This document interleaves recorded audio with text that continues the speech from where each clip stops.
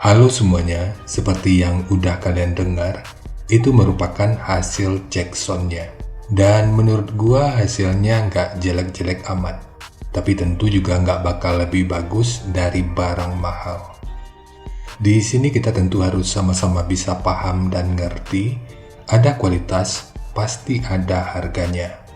Untuk kualitas sebenarnya, itu nggak pecah dan nggak over ekskursi atau peak. Hanya aja mic handphone yang digunakan nggak bisa nangkap suara dengan semestinya. Lalu pertanyaannya, apakah suaranya balap? Nggak juga sih, karena parameter yang gua gunakan di sini adalah parameter yang ditargetkan untuk live sound atau parameter yang biasa gua gunakan untuk setting karaoke. Dalam hal ini, feedback merupakan poin yang harus ditekan sampai seminimal mungkin. Jadi untuk equalizer, tentu lebih banyak cut dibanding bossnya. Jadi untuk preset equalizernya tentu nggak menggunakan mode W, V atau N kecil yang umum digunakan. Karena di sini gua menerapkan prinsip equalizer itu mestinya di-cut dulu baru di boss agar outputnya nggak tajam dan melelahkan. Dan bentuk akhirnya secara keseluruhan nanti seperti ini. Untuk desain ini tentu sangat jadul dan bukan selera bagi sebagian besar orang. Tapi ya gua nggak peduli karena ini hanya sebuah pengeras suara dan targetnya tentu aja kualitas suara dan bukan bentuknya. Jadi gua juga nggak peduli dengan curve yang dibalik, yang konon katanya magnet di luar bisa membuat kaca bergetar dan lain sebagainya.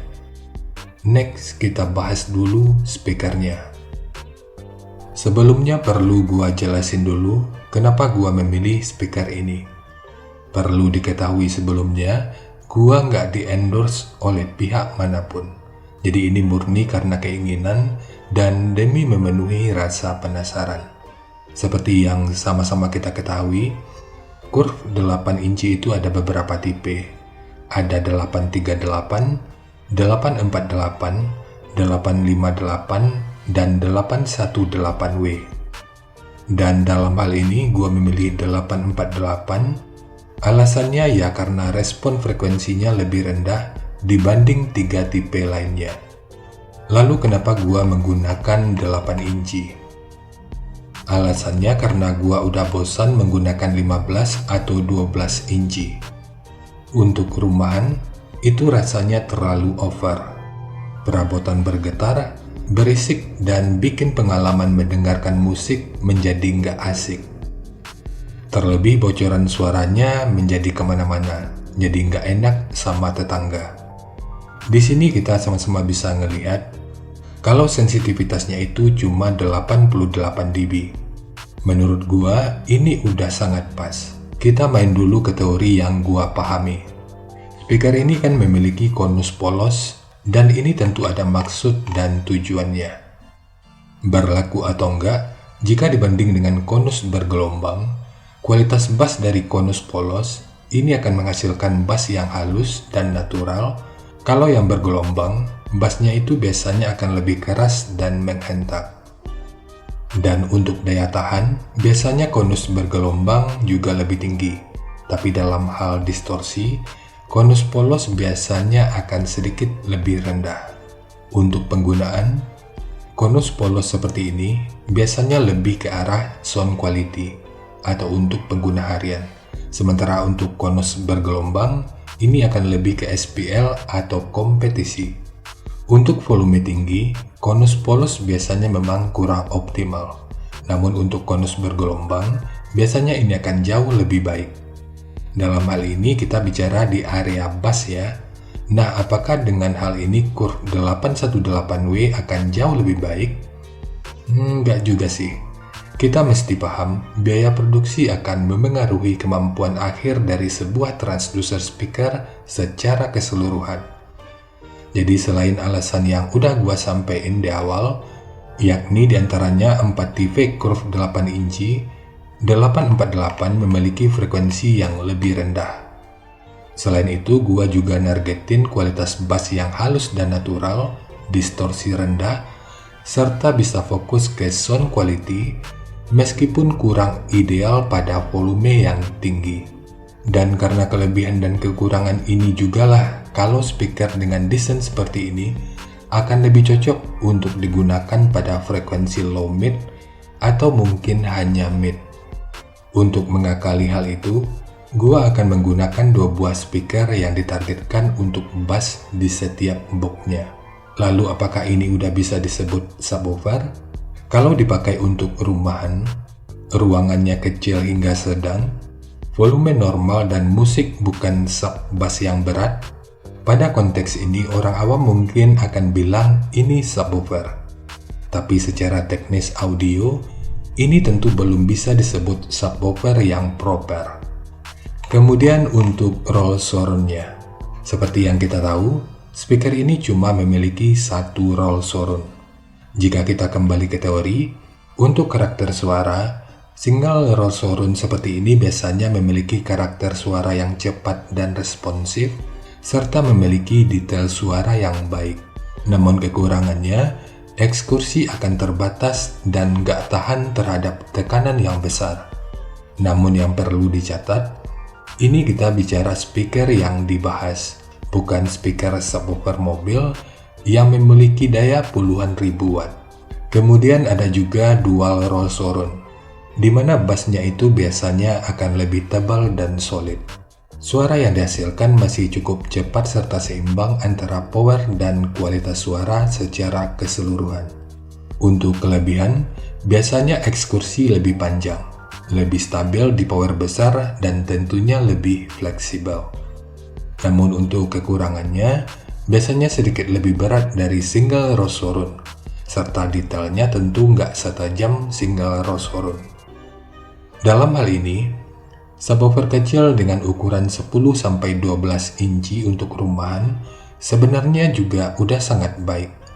Namun dalam hal ini gua juga ingin meredam getaran atau nggak ingin speaker yang digunakan menggetarkan bangunan.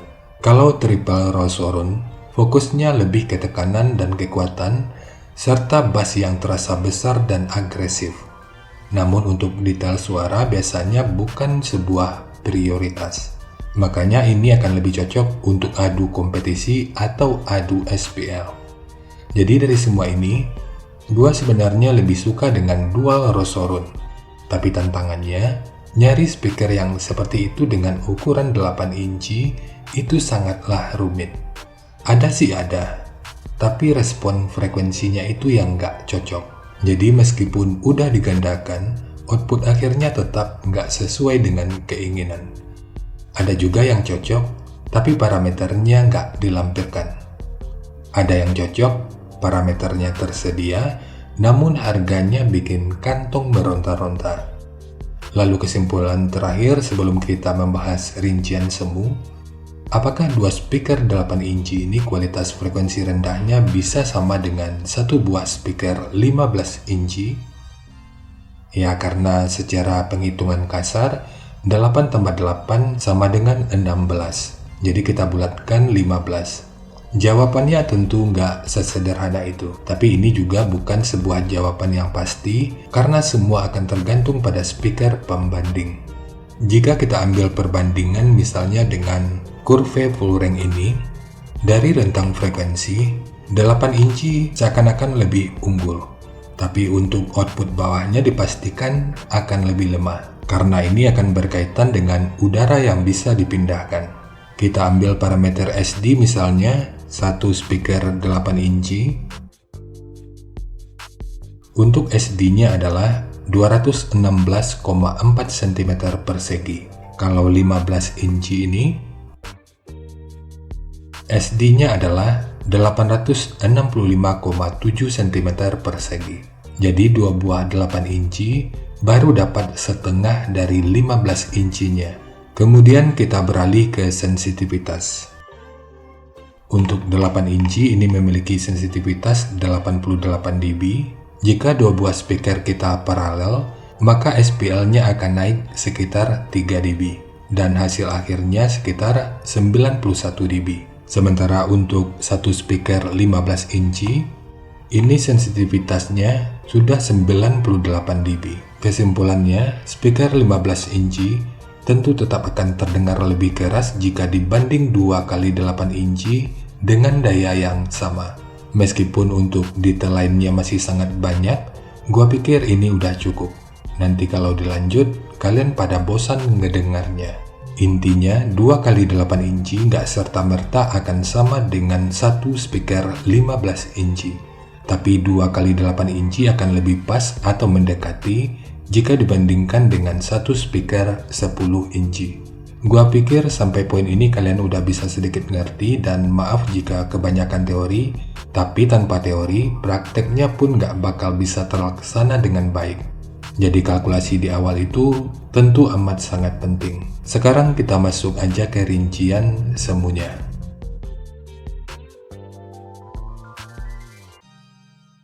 Untuk rincian semu, poin yang gua gunakan di sini adalah 80 watt pada minimum impedansi 5,5 ohm. Titik potong bawah yang digunakan di sini adalah 50 Hz. Kemudian untuk puncak SPL-nya, ini diperkirakan mencapai sekitar 115 desibel. Dan ini kalkulasinya hanya untuk 2x8 incinya aja. Dan mode yang digunakan di sini adalah mode vented. Kemudian dari transfer function magnitude ini kita bisa melihat, meskipun dipotong di 50 Hz, frekuensi sekitar 44 Hz, ini udah bisa direspon pada minus 3 dB, dan 49 Hz pada 0 dB. Yang perlu dicatat, grafik seperti ini bukan berarti outputnya itu bakal bagus. Justru grafik seperti inilah yang akan didominasi oleh speaker murah. Dan speaker mahal biasanya akan lebih flat atau mendekati area 0 dB.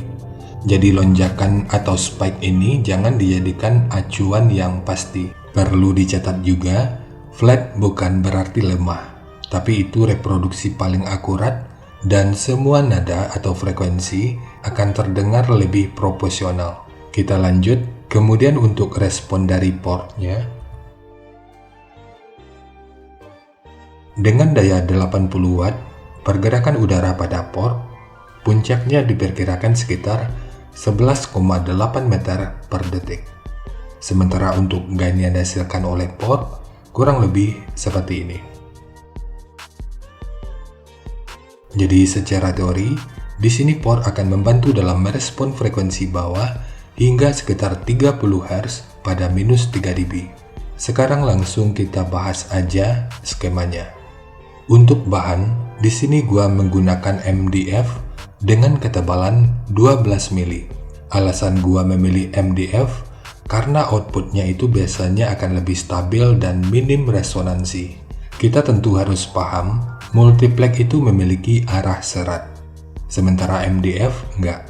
Inilah salah satu hal yang akan memengaruhi resonansi, terutama di frekuensi rendah. Namun jika kalian ingin nyoba MDF, sebisa mungkin gunakanlah MDF hijau untuk durabilitas yang lebih baik. Jadi gua hanya menggunakan MDF biasa karena cuma ini yang dijual di toko bangunan terdekat.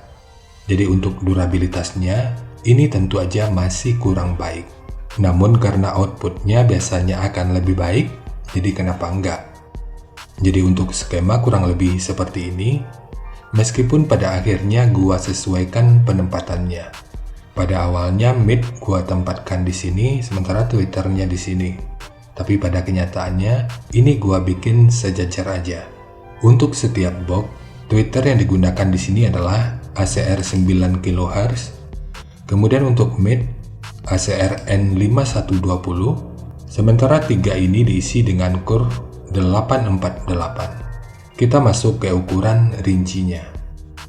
Untuk tinggi, jadi tinggi box ini adalah 1200 mili.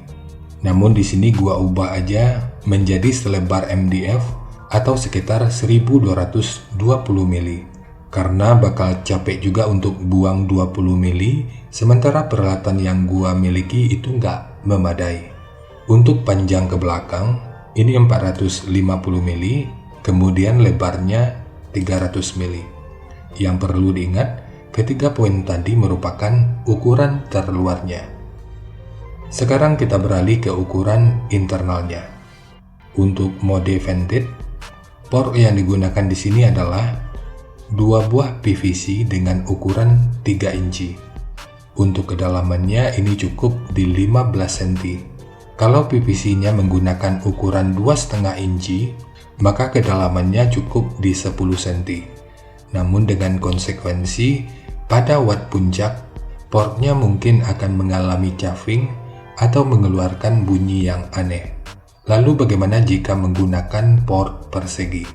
Di sini kalian bisa coba menggunakan ukuran 4 cm dengan kedalaman total 10 cm atau 4 kali 10 cm. Jadi untuk tinggi portnya kita anggap dari sudut ini sampai ke sudut ini 4 cm, kemudian kedalamannya ke sini 10 cm. Sementara untuk lebar portnya tentu seukuran dari box ini, atau sekitar 276 mili. Dan dalam hal ini, mengubah port tentu akan mengubah volume internalnya. Tapi meskipun volume internalnya nanti akan berkurang, ini masih dalam batas toleransi. Kita lanjut. Ukuran dari sudut ini sampai ke sudut ini ukuran internalnya. Ukurannya adalah 676 mili. Ukuran dari sudut ini sampai ke sudut ini ukurannya 276 mili. Untuk dudukan speaker ini menggunakan 2 lapis. Kemudian di sini ditambahkan penguat berupa sekat dengan bentukan seperti ini. Untuk ukurannya 140 mili dengan ketebalan 24 mili.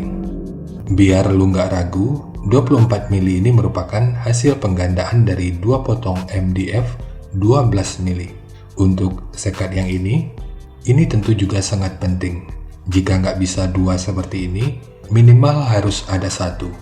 Untuk ukurannya cukup di 30 mili aja dan sedapat mungkin tentu dibentuk dari 1 potong MDF utuh, lalu dibentuk seperti ini. Kita lanjut ke bagian atas. Untuk woofer, mid, dan high, ini ruangannya dipisah. Meskipun 3 driver ini sebenarnya bisa digabung dalam satu ruang, namun kalau digabung, ekskursi dari woofer ini akan menjadi terlalu tinggi sehingga outputnya akan lebih mudah cacat. Hal ini tentu akan membuat durabilitasnya mungkin juga nggak bakal bisa lama. Jadi untuk ukuran ruang woofer ini yang kalau kita ukur dari sudut ini sampai ke sudut ini ukurannya 220 mili. Dan ini tentu aja tanpa lubang angin. Untuk penguatan dinding belakang ini tentu tetap sama, yakni 140 kali 24 mili. Sisanya nanti baru untuk mid dan high. Jadi untuk mode vented, ini volume internalnya sekitar 72 liter atau 36 liter untuk setiap speakernya. Ini memang besar, tapi dengan ini, port akan mampu memberikan frekuensi rendah dengan lebih baik. Tapi konsekuensinya, daya tampung watt speakernya tentu aja akan menurun. Untuk woofer solid atau vakum ini volumenya gua ambil 2/3 dari mode vented, jadi sekitar 24 liter. Untuk KTC-nya ini memang cukup tinggi, yakni di atas 1,1. Tapi cukup sulit juga untuk mendapatkan KTC 0,7 dengan komponen murah seperti ini. Kita tentu juga harus memahami pernyataan sebelumnya, di mana ada kualitas, pasti ada harganya. Di sisi lain, gua juga nggak ngejar rendah apalagi flat.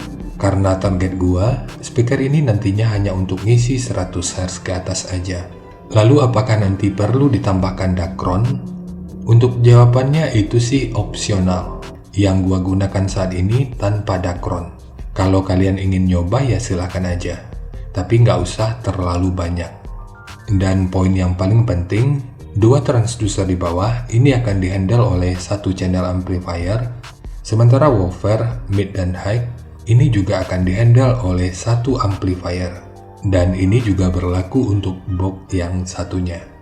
Jangan lupa untuk menggunakan crossover pasif. Bagian atas ini bisa menggunakan crossover pasif 3-way. Sementara bagian bawah juga bisa dicari crossover pasif yang beban akhirnya itu di sekitar 6 ohm. Jadi jangan paralel langsung 2 speaker di bawah, karena total bebannya akan menjadi 3 ohm. Dan saat speaker bekerja, Total bebannya bisa aja di bawah 3 ohm dan bahkan mungkin menyentuh 2 ohm. Jadi itu terlalu berisiko untuk amplifier dengan penggunaan waktu yang lama. Di sisi lain, meskipun paralel langsung suaranya akan lebih keras, tapi distorsi suara juga akan menjadi lebih jelas. Itulah kenapa rekomendasi audio profesional pada umumnya ada antara 4 sampai 8 ohm aja. Lalu berapa lembar bahan yang dibutuhkan? Ini membutuhkan 2 lembar MDF 12 mili dan itu pun masih kurang. Kalau untuk pasnya, ini sekitar 2,5 lembar. Untuk kalian yang memiliki curve 838, 858, atau 818W, skema ini juga bisa dicoba. Tapi kalau untuk rendah, 848 kemungkinan besar tentu akan jauh lebih baik. Dan beberapa hari lalu juga ada yang nanya skema khusus 838 dengan mode two-way. Skema ini sebenarnya bisa diadaptasi. Yang jelas, mode vented, volume internalnya itu sekitar 36 liter. Untuk portnya cukup gunakan satu dengan ukuran yang sama seperti yang ada pada skema ini. Kalau untuk mode solid atau vakum, jelas kalau untuk rendah itu sulit. Dengan volume 24 liter aja, speaker akan sangat mudah mencapai X-Max. Meskipun secara ABP speaker ini lebih cocok untuk mode solid, tapi rasanya akan lebih ideal jika menggunakan mode vented. Dan berikut dokumentasi pembuatannya. Untuk kabel speaker, ini juga sangat penting. Jadi di sini gua menggunakan kabel khusus speaker dengan ukuran 2,5 mili. Meskipun untuk Twitter, gua tetap menggunakan kabel ukuran ini. Poin ini tentu juga sangat penting untuk kualitas akhir yang lebih optimal. Dan kalau bisa, gunakanlah kabel speaker sependek mungkin. Dalam uji coba, gua menggunakan kabel dengan panjang 10 meter. Ini sebenarnya terlalu panjang, namun masih bisa ditoleransi karena menggunakan kabel speaker dengan ukuran yang cukup besar. Kemudian ada juga yang nanya amplifier apa yang gua gunakan. Di sini gua hanya menggunakan amplifier kelas AB 4 channel dengan output di atas kertas, masing-masing channelnya itu mampu di 100 watt. Tapi karena ini kelas AB, kita tentu juga harus menghitung efisiensinya. Jadi dari 100 watt, bisa aja maksimalnya hanya di 50 atau mungkin 60 watt. Jadi sedapat mungkin rekomendasi gua gunakan amplifier 4 channel di mana masing-masing channelnya mampu di 200 watt. Ini bertujuan agar outputnya bisa lebih optimal. Tapi tentunya jangan digeber sampai klip, karena kita harus ingat ini bukan speaker balap. Kemudian poin yang gak kalah penting lainnya adalah equalizer. Gua menggunakan equalizer yang masing-masing channelnya itu menggunakan 15 preset mulai dari 25 Hz sampai 16 kHz serta memiliki output subwoofer. Jadi jalur pengabelannya, output 1 masuk ke channel A amplifier, output 2 masuk ke channel B, dan output subnya masuk ke channel C. Kemudian channel C ini dibuat dalam mode paralel. Untuk settingan equalizer, ini juga sangat penting. Parameter yang gua gunakan adalah out subwoofernya di level 100 Hz. Sementara untuk preset lainnya kurang lebih seperti ini. Jadi presetnya sangat simpel dan sederhana. Jadi gua pikir ini udah cukup lah ya. Jika ingin nyoba silakan. Namun output akhirnya mungkin aja nggak sesuai harapan. Karena hobi kita mungkin sama, tapi selera, rasa, dan telinga kita itu berbeda.